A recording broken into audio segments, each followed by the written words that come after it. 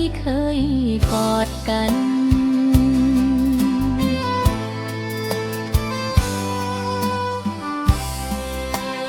ดาวที่เคยดูคู่กันวันนี้มันยังอยู่บนฟ้าแต่อ้ายผู้เคยสบตาบ่มีน้องในอ้อมแขนอ้ายเฮ็ดจังใดสิลืมฮักที่มันฝังลึกในใจหนาวลมใด